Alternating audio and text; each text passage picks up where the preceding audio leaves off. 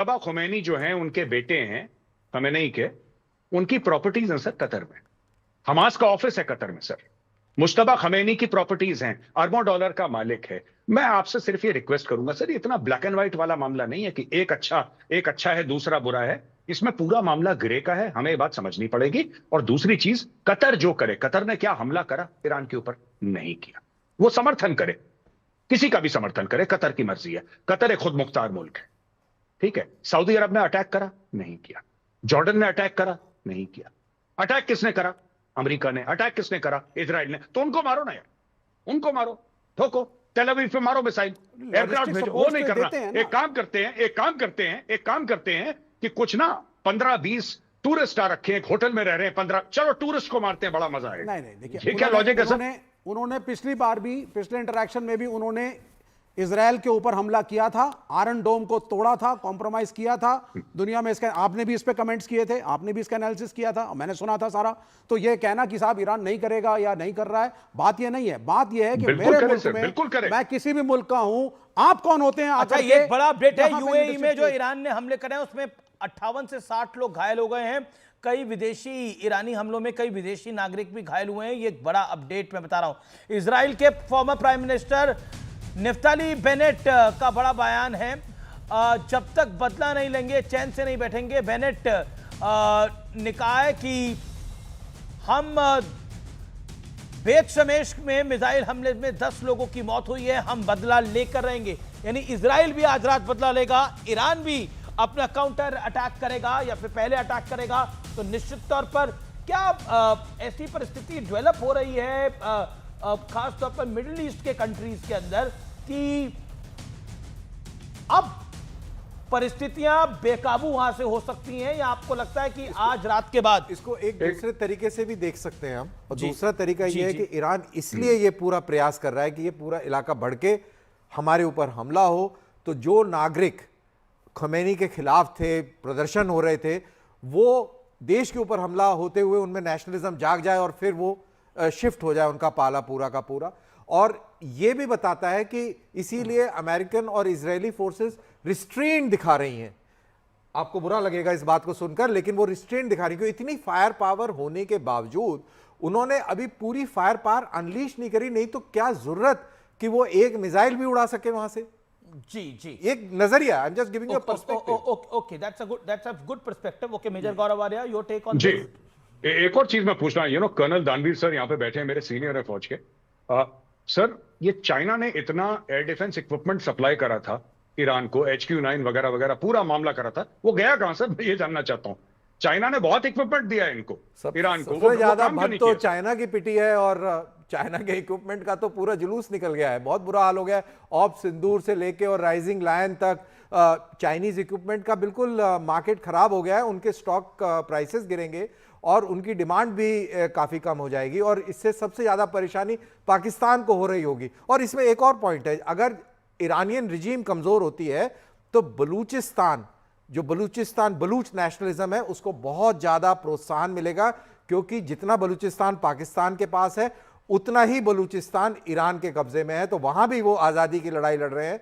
और अगर ये रिजीम कम होती है तो पाकिस्तान के लिए भी बहुत बड़ा इशू ये बलूचिस्तान के अंदर बनने वाला है। तो ये भी एक एस्पेक्ट फैक्टर इन करना चाहिए। ओके, मैं रोहन गुप्ता का रुख करता हूं। देखिए, सरकार के लिए टाइट रोप सिचुएशन है, इसमें कोई दुराई नहीं है। And being the party in government, वो किसी भी ऑपोजिशन की तरह सब कुछ नहीं बोल सकते हैं। I totally get it. बहुत टाइट रोप्ड सिचुएशन है इंडियन डिप्लोमेसी की इस समय। क्या आपको लगता है जो वर्ल्ड वाइड रोहन गुप्ता हो रहा है वो वाकई इंडिया को इंपैक्ट और इफेक्ट तो करेगा ही, इसमें तो कोई दो राय नहीं है। ऑपोजिशन कुछ भी बोले, they can condemn Modi, they can ask questions to Modi,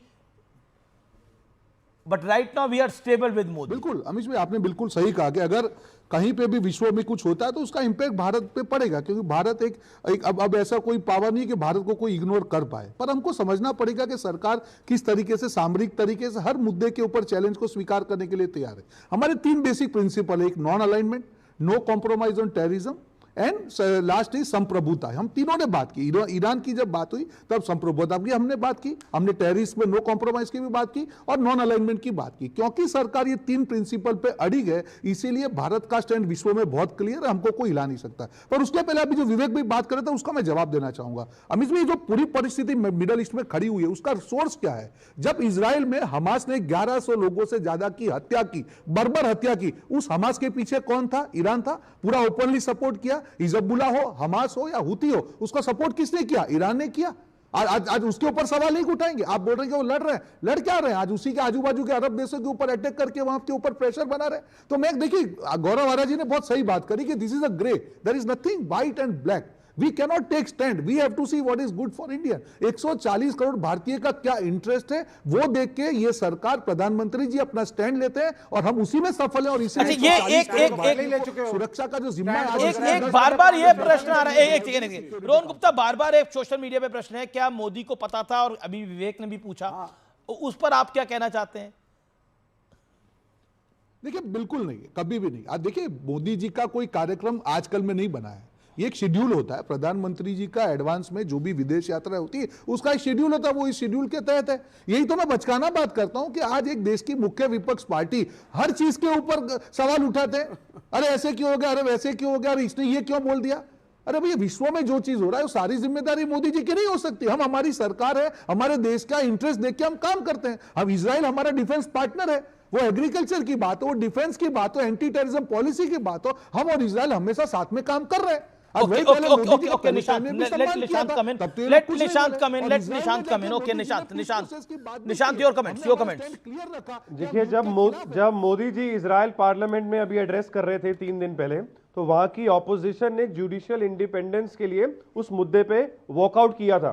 तो ये रोहन जी को समझना चाहिए, डेमोक्रेसी होती है, डिसेंट अलाउड होता है, डिबेट विजिबल होती है। लेकिन इंडिया में जब ऑपोजिशन सवाल पूछती है, सरेंडर, नरेंद्र को सरेंडर कहती है, तो हमें एंटी नेशनल कह दिया जाता है।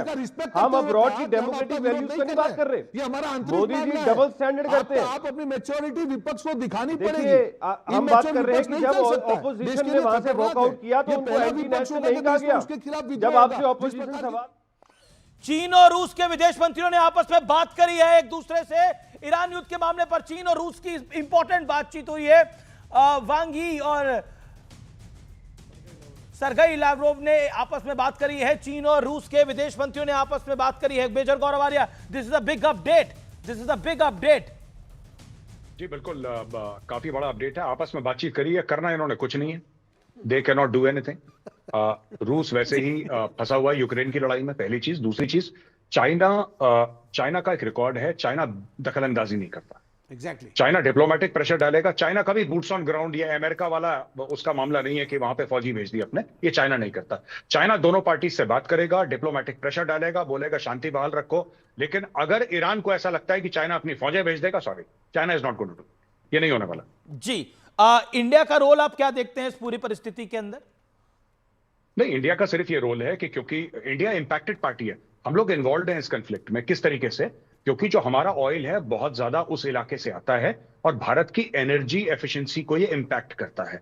तो भारत का तो रोल अपने आप बन जाता है। भारत के फायदे में सबसे बड़ी बात यह है कि जल्द से जल्द ये लड़ाई खत्म हो और वापस ऑयल सप्लाई जो है बहाल हो जाए। This is what benefits India the most. Bharat को इसमें काम करना चाहिए। I am sure